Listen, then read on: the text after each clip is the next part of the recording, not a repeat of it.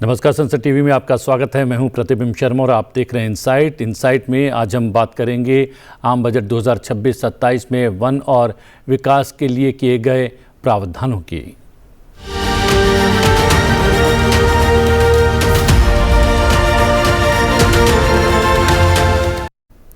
आम बजट 2026-27 में सरकार ने वन संरक्षण और आर्थिक विकास का संतुलन बनाने का प्रयास किया है।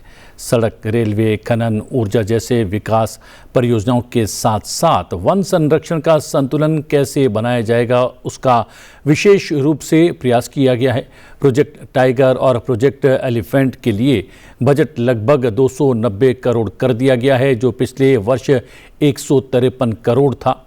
इससे वन्य जीवों के लिए आवास, भोजन और प्रजनन क्षेत्रों की सुरक्षा मजबूत होगी और जैव विविधता का संरक्षण होगा।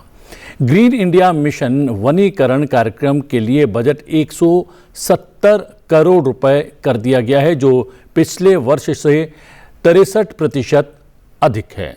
नारियल वृक्ष संवर्धन योजना पुराने बेजान पेड़ों को नए पौधों से बदलने पर जोर, लगभग 1 करोड़ किसानों की आजीविका पर सकारात्मक प्रभाव पड़ने की इससे उम्मीद है। विषय को समझने का प्रयास करेंगे विशेषज्ञ मेहमानों से। उनका परिचय करवा देता हूं। अशोक पाई जी, उत्तराखंड के पूर्व प्रधान मुख्य वन संरक्षक, हमारे साथ जुड़े हुए हैं वर्चुअली, और वर्चुअली ही हमारे साथ दूसरे मेहमान भी जुड़े हुए हैं। Avinash Mohanty, global sector head, climate change and sustainability, IPE global. आप दोनों का बहुत बहुत स्वागत है। अशोक जी, आप चूंकि मुख्य वन संरक्षक रहे हैं, आप बहुत नज़दीक से जानते हैं वनों को। सरकार ने जो प्रावधान किए हैं और सरकार का ये दावा भी है कि वन और विकास जो है, वन संरक्षण और आर्थिक विकास का संतुलन बनाने का प्रयास किया गया है। सड़क, रेलवे, खनन, ऊर्जा के साथ साथ वन संरक्षण का संतुलन आप कैसे देखते हैं इस पूरे बजट में? देखिए, सबसे पहले आपको मैं ये बताना चाहूँगा कि जो बजट के अंतर्गत जो प्रावधान किए जाते हैं जो केंद्रीय बजट में, उसमें केंद्रीय योजना, केंद्र पोषित योजना के बारे में उल्लेख होता है और उसी का एक स्टेटमेंट ऑफ फैक्ट होता है। इसके साथ साथ ये भी है कि जो राज्यों में भी जो है योजना के अंतर्गत वन संरक्षण और वन विकास के संबंध में बजट का प्रावधान किया जाता है। अगर आप प्रोजेक्ट टाइगर के बारे में देखें, क्योंकि एक केंद्रीय योजना है प्रोजेक्ट एलिफेंट के साथ साथ जी, इसके उसको जो है सारा के सारा जो है पैसा केंद्र द्वारा अपने बजट के द्वारा दिया जाता है। और इसका एक मुद्दे ये होता है कि ये केवल वन्य जीव का संरक्षण करना अकेले नहीं है, ये समूचे जो इकोसिस्टम को एक प्रकार से उसको संरक्षित करना और उससे जो जितने लोग उससे जुड़े हुए हैं और जिस पे निर्भर रहे हैं, उनका भी संरक्षण के लिए एक पहलू माना जा सकता है। क्योंकि आपको ये बताना चाहूंगा कि लगभग 10 करोड़ लोग जो है डायरेक्टली इनडायरेक्टली जो वनों से जुड़े हुए हैं अपने जीवन यापन के लिए। और इस कारण जो है ये सभी जो केंद्रीय बजट में जो प्रावधान किए जाते हैं, इसका एक महत्वपूर्ण एक दिशा निर्देश भी होता है और एक पहलू भी होती है। इसी प्रकार से अगर आप देखें कि ग्रीन इंडिया मिशन के बारे में जो 63% लगभग जो बजट के हाइक किया गया, बढ़ाया गया है, ये केवल जो एफॉरेस्टेशन जो ग्रीन इंडिया मिशन के अंतर्गत जो किए जाने का एक बात उल्लेख उसमें होता है। उसी प्रकार अन्य वृक्षों के बारे में भी, जैसे कोकोनट प्रमोशन के बारे में है या नारियल के प्रमोशन के बारे में, अगर ट्री के बारे में है, अखरोट पेड़ के है या बादाम के पेड़ के बारे में है या पाइन के बारे में है, ये सभी वृक्ष जो है कार्बन उत्सर्जित कार्बन को कैप्चर करके अपने पास जो है दीर्घ समय के लिए रखते हैं। इसलिए जो क्लाइमेट के रेजिलियंस के या क्लाइमेट चेंज के परिप्रेक्ष्य में भी एक महत्वपूर्ण कदम है। और मैं सिर्फ एक यहाँ पे जोड़ना चाहता हूँ, केवल इन्हीं को न देखते हुए आपका ध्यान उस तो और भी आकर्षित करना चाहता हूँ कि हमारे पूरे देश में लगभग 30,000 करोड़ रुपए एग्रो फॉरेस्ट्री में जो प्राइवेट सेक्टर फार्मर्स इन्वेस्ट करते हैं।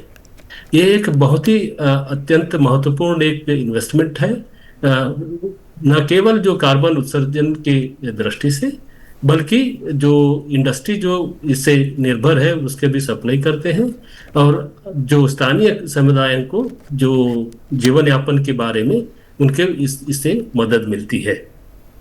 और जहां तक अगर केंद्रीय स्तर की बात किया जाए, कंपल्सरी एफॉरेस्टेशन के कैंपा के बारे में जो लगभग 9,000 करोड़ रुपए जो है सालाना इसके अंतर्गत व्यय किया जाता है, जो वृक्षारोपण और उससे संबंधित समुचे कार्यों को संपादित किया जाता है। और मोहंती जी, जिस तरीके से अशोक पाई जी बता रहे हैं, और जो है क्लाइमेट चेंज जो है आपका विषय भी है, और जलवायु परिवर्तन से निपटने के लिए बजट में वन संरक्षण और वृक्षारोपण पर खासा ध्यान दिया गया है, जिसका जिक्र यहाँ पर अशोक जी ने भी किया, कितना महत्वपूर्ण?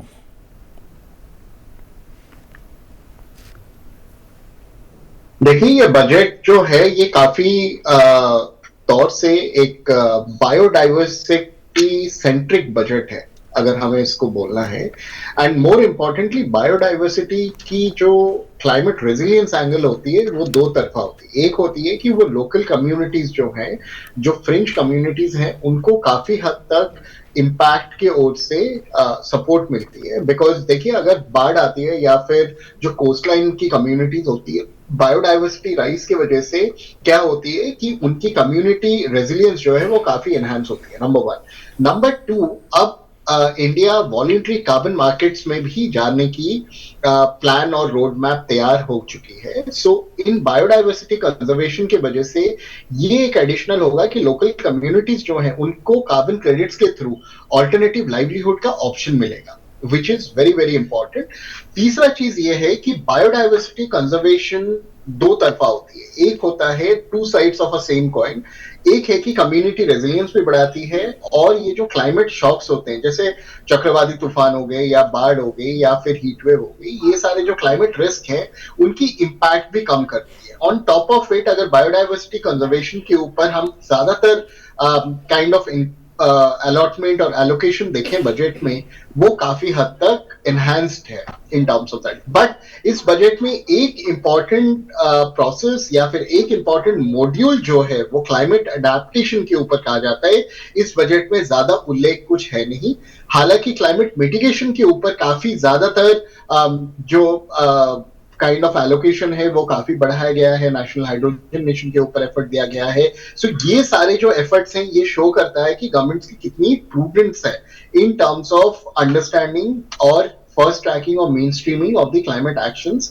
बट अगर लगभग सिर्फ बायोडाइवर्सिटी के लिए देखें तो हम हमेशा कहते हैं कि Trinity of jobs, growth and sustainability जो है बायोडाइवर्सिटी कंजर्वेशन की वजह से ये क्लाइमेट प्रूफिंग होती है। मतलब कितने नए ग्रीन जॉब्स क्रिएट होंगे। सो ये जो एलोकेशंस हैं बजट में, this is going to be very important, क्योंकि ये ज्यादातर green jobs kind of generate करेंगे।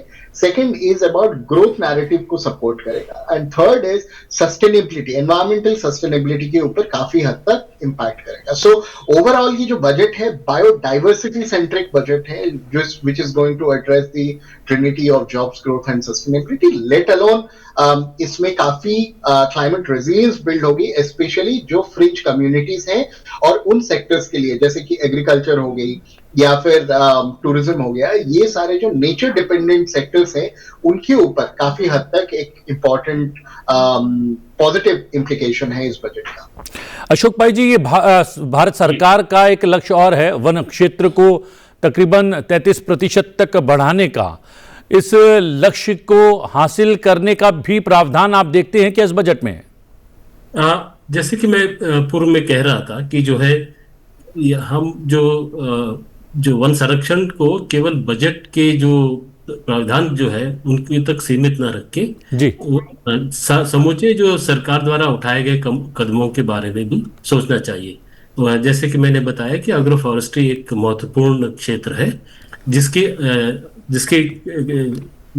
जिसको उपयोग करते हुए हम जो है ये 33% अपना जो लक्ष्य जो है वन क्षेत्र को बढ़ाने का वहां से पूरा किया जा सकता है, क्योंकि आज के दिन में हमारे पास जो वन क्षेत्र उपलब्ध है वो लगभग 23% है। उससे उसको वहां पे लिमिटेशंस है, उसके बियॉन्ड 11 उसको वहां पे वन इसको बढ़ाया नहीं जा सकता है।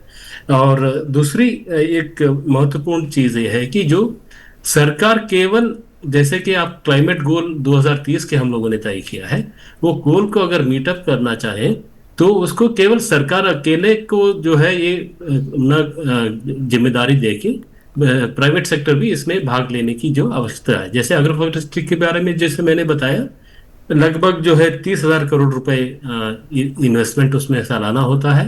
एग्रो फॉरेस्ट्री का साइज ये है, और उसको आसानी से उसको दुगना भी किया जा सकता है ताकि हम अपना क्लाइमेट गोल की तरफ बढ़ सके। इसके इसके अतिरिक्त जो है जो अन्य जो कदम उठाए गए हैं, जैसे प्लांटेशन के बारे में, जो डिग्रेडेड फॉरेस्ट को जो प्राइवेट सेक्टर इन्वेस्टमेंट के बारे में सरकार ने एक नीतिगत निर्णय लिया गया है, जिससे जिसके जिसके मदद से ये हो सकता है कि जो जिनके प्रोडक्टिविटी और कार्बन सिक्वेस्ट्रेशन का कैपेसिटी कम हो गई है जो अवनत होने के कारण, उनको जो सुदृढ़ीकरण करने के लिए जो निवेश की आवश्यकता है वो प्राइवेट सेक्टर से भी लाके वहां पे सुदृढ़ किया जा सकता है। और प्लांटेशन की फॉरेस्ट्री जो है हमारी है, जैसे यूकलिप्टस वगैरह जो वन क्षेत्र में जो उगाए जाते हैं उनका प्रोडक्टिविटी बहुत कम है। वहां पे भी जो है अगर प्राइवेट सेक्टर को इन्वॉल्व करके वो प्रोडक्टिविटी अगर बढ़ाया जाए, न केवल वो उससे जो है हमारे जो रॉ मटेरियल के सप्लाई बढ़ जाएगी, परंतु जो कार्बन सिक्वेस्ट्रेशन या कार्बन ट्रैप जो है वो उसका बेस बढ़ जाएगा, लगभग दुगना हो सकता है। तो ये एक जो है महत्वपूर्ण कदम सरकार द्वारा उठाया गया है, और ये इन्हीं लक्ष्यों की ओर ज्यादातर ध्यान करने की जरूरत है। जैसे कि मेरे पूर्व वक्ता ने बताया कि जो इस बजट को एक बायोडायवर्सिटी कंजर्वेशन के बजट के रूप में देखा जाए, मैं मानता हूं, बिल्कुल सही मानता हूं उसको, कि इसी दिशा में अगर आप देखें तो जो ये समूचे जो कदम उठाए गए हैं ये उसी दिशा में है। और ये वन संरक्षण या बायोडायवर्सिटी कंजर्वेशन को के बजट में जो प्राविधान के तक सीमित न रख के जो समूचे जो नीतिगत निर्णय सरकार द्वारा लिए गए हैं, जिससे विभिन्न क्षेत्रों को इसमें किस प्रकार से भागीदारी बनाया जा सकता है, जिससे अच्छे से अच्छे संवर्धन का कार्यक्रम जो न केवल क्लाइमेट चेंज से रिलेटेड है बट लोगों को आजीविका से संबंधित है। इसलिए मैं मानता हूं कि ये प्रावधानों को उस लार्जर पिक्चर में देखना चाहिए, ना कि केवल बजट के प्रावधानों तक सीमित रख के नहीं देखना चाहिए। मोहंती जी, ये प्रावधान इसलिए भी हो सकता है रखा गया हो कि लगातार वनों को काटने का प्रयास किया जाता है, पेड़ काटे जा रहे हैं और एक तरीके से एनक्रोचमेंट किया जा रहा है वन्य क्षेत्र का, उसको रोकने के लिए भी सरकार ने शायद इस प्रावधान को लगाया होगा, जिसको 33% तक वनों को बढ़ाने का एक लक्ष्य जो निर्धारित किया गया है। जैसे मैं कह रहा था कि जो अगर 23 मोहंती जी से एक बार बात कर लेते हैं। हमारे पास केवल अगर 23 मोहंती जी आवाज आ रही है? अविनाश मोहंती जी आवाज नहीं आ रही है प्रदीप जी? हाँ जी बताएं। अभी आ रही है क्या? जी, मैं ये कह रहा था कि वनों को जिस तरीके से काटा जा रहा है और एक तरीके से इंक्रोच किया जा रहा है वन्य क्षेत्रों को, उसको रोकने का प्रावधान जो है दिमाग में रखकर या जहन में रखकर भी सरकार ने ये 33% तक जो है वन्य क्षेत्र का विस्तार करने का एक लक्ष्य निर्धारित किया है क्या? फिर से रिपीट कर सकते हैं? आपकी आवाज काफी ड्रॉप हो गई थी, वॉइस मॉपल। जी, मैं ये कह रहा हूं कि कंक्रीट के जंगल ज्यादा जो है खड़े हो रहे हैं और वो हमारे वन्य क्षेत्र की जो है कीमत पर खड़े हो रहे हैं, हमारे वनों को काटा जा रहा है, पेड़ों को काटा जा रहा है, उसको रोकने का भी एक प्रावधान है सरकार की ओर से बजट में। अशोक जी, आपको भी आवाज गड़बड़ आ रही है या? बीच बीच में कट रहा था, लेकिन जो सवाल था ये था कि आपने अगर ये कह रहे हैं कि जो ट्री काइंड ऑफ इंक्रोचमेंट्स और जो ट्री कवर है वो कहीं ना कहीं काफी कम हो रही है, ये एक फैक्ट है। क्योंकि हमने जिस तरीके से अपनी इंफ्रास्ट्रक्चरल डेवलपमेंट्स की प्लान और रोड मैप बनाया हुआ है, we have to kind of encroach into the forest, और वो फॉरेस्ट और जो नेचुरल इकोसिस्टम्स हैं उसके ऊपर इंक्रोचमेंट काफी हुई है। बिकॉज इसमें ना एक टेक्निकल कॉन्सेप्ट जिसको हम कहते हैं कैरिंग कैपेसिटी, मतलब अगर आपकी हाथ एक 10 किलो डंबल पकड़ सकता है तो उस 10 किलो डंबल से ज्यादा अगर रखेंगे या तो वो डंबल गिर जाएगा या फिर वो हाथ टूटेगा।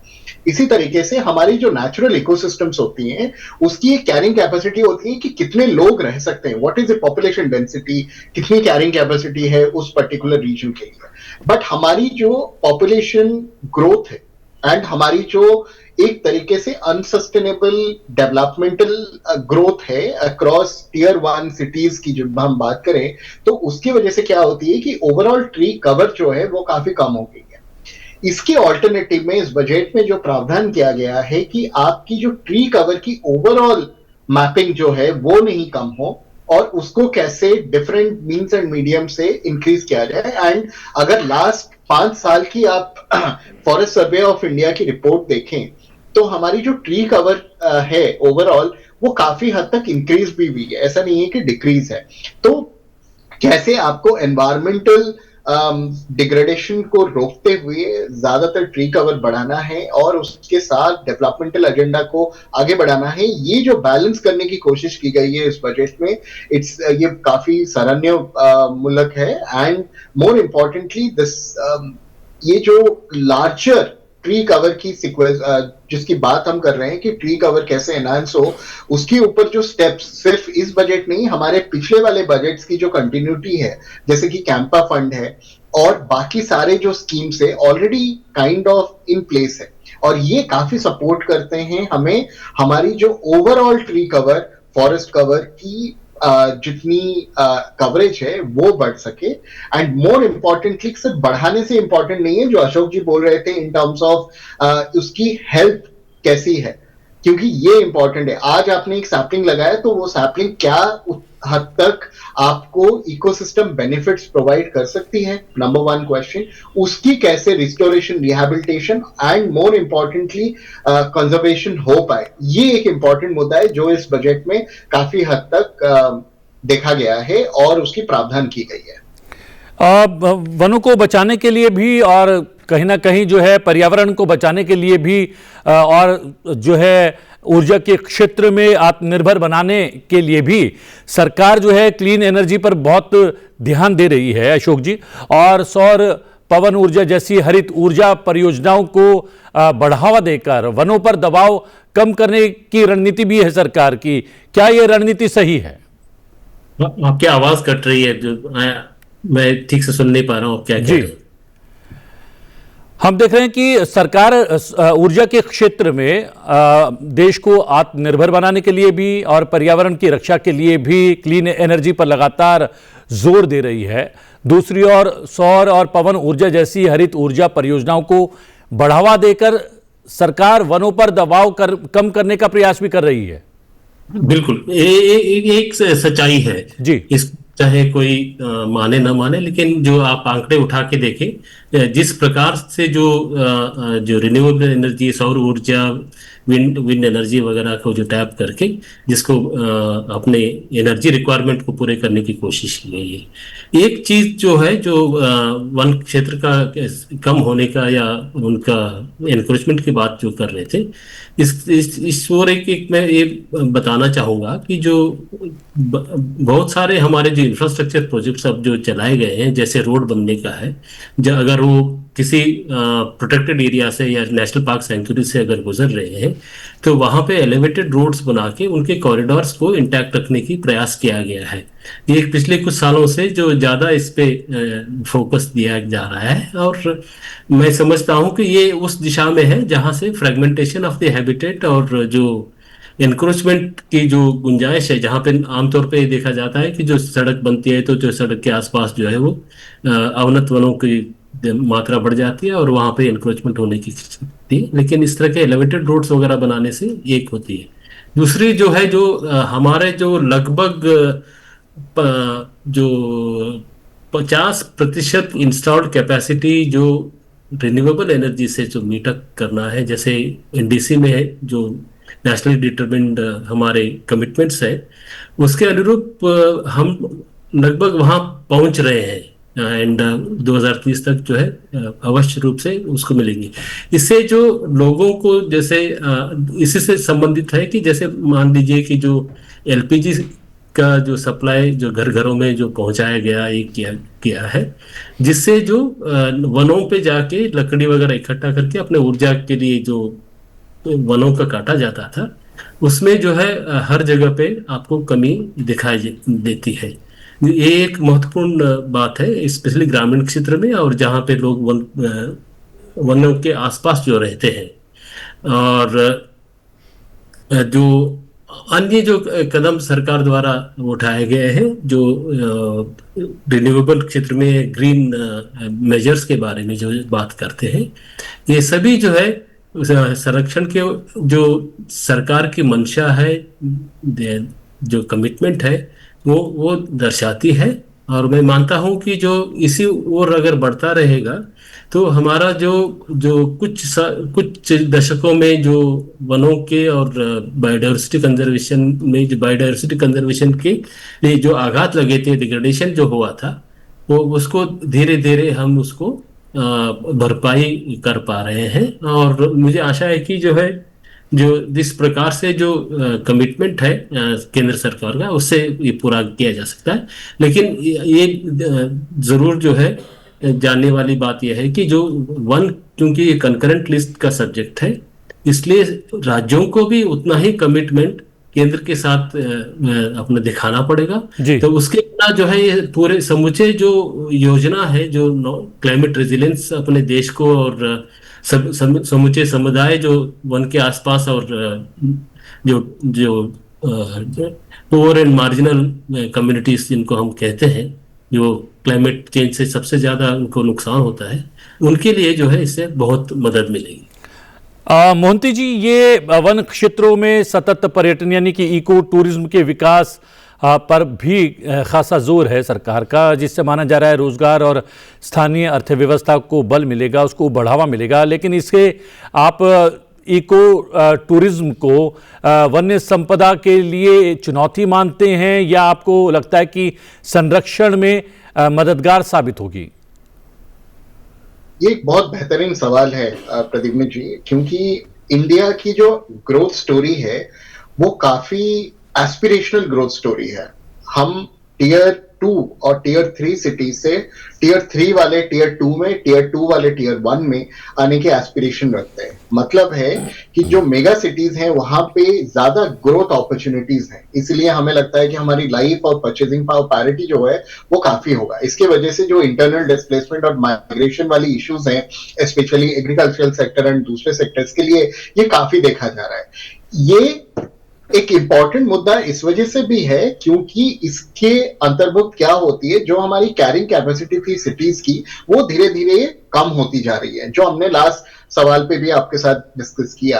तो इको टूरिज्म एक अलाई है, ताकि क्या होगा, ऑल्टरनेटिव लाइवलीहुड्स के ऑप्शंस भी मिलेंगे, जो कम्युनिटीज हैं, जो फ्यूगल कम्युनिटीज हैं, एंड मोर इम्पोर्टेंटली हमारी जो ट्रेडिशनल नॉलेज एंड विजडम है, ये बहुत आर्काइव्ड है, बट इसकी जो कम्युनिकेशन डिसेमिनेशंस हैं वो काफी हद तक नहीं हुई है अभी तक। So it is very important in that way कि इको टूरिज्म जो है ओवरऑल बायोडाइवर्सिटी कंजर्वेशन का या फिर फॉरेस्ट कंजर्वेशन का एक इंपॉर्टेंट पार्ट होना चाहिए। नॉर्थ ईस्ट में इसके सबसे ज्यादा क्लासिक एग्जांपल्स दिखते हैं। साउथ में केरला जैसे स्टेट्स में आपको काफी एग्जांपल्स दिखेंगे जहां पे कम्युनिटीज ने इको टूरिज्म मॉड्यूल्स के ऊपर काफी हद तक काम किया है और उससे उनकी ऑल्टरनेटिव लाइवलीहुड भी जनरेट होती है, नंबर 1। नंबर 2, अपनी कम्युनिटी की रेजिलियंस भी बढ़ा पाती हैं। थर्ड, जो overall gross state domestic product होता है या फिर ग्रॉस डिस्ट्रिक्ट डोमेस्टिक प्रोडक्ट होती है, उसके ऊपर भी कंट्रीब्यूशन बढ़ता है। इससे क्या होता है कि माइग्रेशन आपकी रुक जाती है। सेकंड जो है, आप अपने इकोसिस्टम को रिस्टोर, रिहेबिलिटेट एंड रिकंजर्व कर लेते हो। थर्ड एंड मोस्ट इंपॉर्टेंट है कि जो परचेजिंग पावर पैरिटी है from economic point of view, वो काफी बढ़ जाती है। तो ये जो पुश है इस बजट में, जैसे कि मैंने कहा है कि ये बजट एक बायोडाइवर्सिटी सेंट्रिक है, इसमें इको टूरिज्म एक पिवटल इंट्रिंसिक पार्ट है। और ये बजट वही दिखाता है कि इको टूरिज्म को क्यों हमें और प्रोत्साहन करनी चाहिए, बिकॉज हम एक धरोहर हैं of this cultural of this traditional knowledge and practices का। एंड ये सारे traditional knowledge and practices are before science, जो हम चाहते हैं आज सॉल्व करने के लिए through artificial intelligence and machine learning. ये सारे चीजों को हमारे ट्रेडिशनल नॉलेज एंड विजडम में कहीं ना कहीं उल्लेख है कि कैसे सॉल्व किया गया। जैसे कि एक एग्जांपल दूं मैं आपको कि ये जो आज हम फोरकास्टिंग की बात करते हैं, क्लाइमेट फोरकास्टिंग की बात करते हैं, ये क्लाइमेट फोरकास्टिंग हमारे ट्रेडिशनल नॉलेज एंड प्रैक्टिसेस में है। एक कम्युनिटीज है जो चींटियों की मूवमेंट को देखते हुए प्रेडिक्ट कर सकते हैं कि बारिश होगी या नहीं होगी। सो हमारी जो वे ऑफ लाइफ है वो environmentally sustainable way of life है, एंड इको टूरिज्म इसको एक अलग लेवल में सपोर्ट करेगा। एंड मोर इंपॉर्टेंटली जो इको सेंसिटिव अवेयरनेस होती है उसको भी काफी एनहांस करेगी और इम्प्रूव कराएगी। जी, और इको टूरिज्म के लिए ज़रूरी है बाघ, हाथी, गैंडा जैसे वन्य जीवों के संरक्षण करने का, और इस बजट में इनके संरक्षण का भी प्रावधान रखा गया है, उसकी योजनाएं भी तय की गई हैं। और वन प्रबंधन में तकनीक का उपयोग करने पर भी बल दिया गया है। ड्रोन, सैटेलाइट और डिजिटल मॉनिटरिंग के माध्यम से वन संरक्षण और अवैध कटाई रोकने की व्यवस्था का भी प्रावधान इस बार के बजट में रखा गया है। अशोक पाई जी, आपने समय निकाला, अविनाश मोहंती जी, आपने भी बहुत सारे बिंदुओं पर प्रकाश डाला। आप दोनों का बहुत बहुत धन्यवाद। धन्यवाद, थैंक यू। इनसाइट में आज के लिए इतना ही। इनसाइट में आपसे फिर भेंट होगी एक नए विषय के साथ। फिलहाल मुझे आज्ञा दीजिए, बने रहिए संसद टीवी के साथ। नमस्कार।